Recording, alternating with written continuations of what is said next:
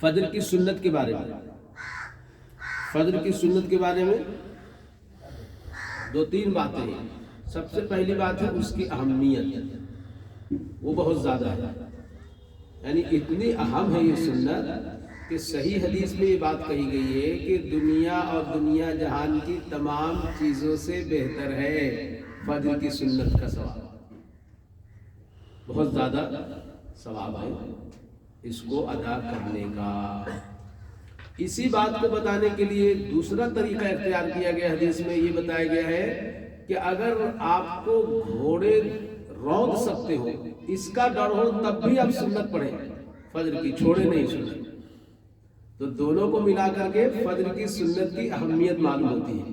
ایک طرف یہ کہا جا رہا ہے کہ دنیا جہان کی نعمتوں سے زیادہ اس کا ثواب ہے، اور دوسری طرف یہ کہا جا رہا ہے کہ جب اتنی اہم چیز ہے تو پھر گھوڑے بھی اگر روت دے، یعنی کوئی بھی ڈر ہو، کتنی بھی پریشانی ہو، تب بھی اس کو نہیں چھوڑنا چاہیے، یہ اس کی اہمیت ہوتی ہے۔ تو اب اگر ہم دیر سے پہنچتے ہیں، سب سے پہلی بات تو یہ ہے کہ دیر سے کیوں پہنچیں گے؟ ہر روز عادت نہیں ہونی چاہیے دیر سے پہنچنے کی۔ جو لوگ بھی نماز پڑھ رہے ہیں تو تھوڑا پہلے سے وقت نکالیں، مجبوری نہیں ہو تو دیر سے کیوں پہنچیں گے، ٹائم سے پہنچیں۔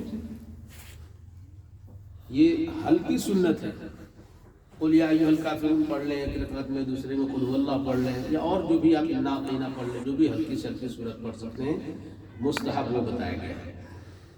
اب اگر آپ پہنچے اور امام صاحب نماز پڑھا رہے ہیں تو کیا کریں گے؟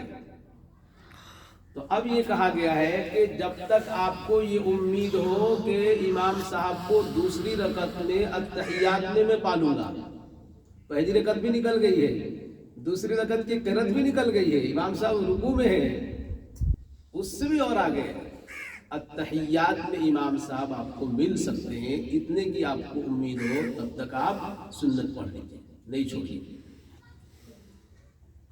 اب اس میں ایک اور چیز لگی ہوئی ہے کہ جب جماعت کھڑی ہوگی تو اب سنت کدھر پڑھیں گے؟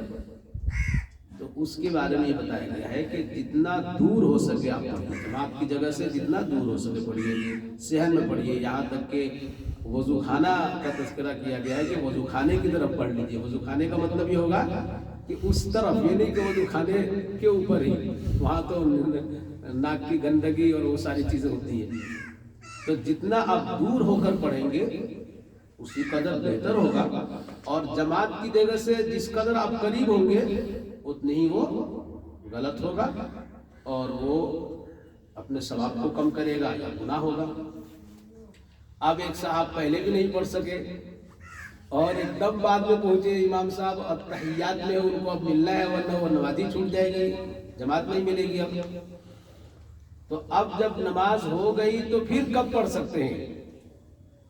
تو اب یہ کہا گیا ہے جب سورج نکل کر کے تھوڑا سا اوپر چڑھ جائے، جس میں اشراق کا وقت شروع ہو جاتا ہے، تو اس وقت سے لے کر کے زوال سے پہلے تک آپ پھر سے سنت پڑھ سکتے ہیں۔ یہی سنت، یہ جو 2 رکعتیں ہیں فجر کی، تو ہم لوگ اس پر عمل کریں، کوشش کریں۔ عام طور پہ ہم لوگوں کو طالب علمی کے زمانے میں اٹھتے ہی نہیں ہے دیر سے، تو ہمارے لیے اپنے لیے ایک نصیحت بھی ہے اور مسئلہ بھی ہے، آپ کو دوسرے ساتھیوں کو بھی بتانا ہے۔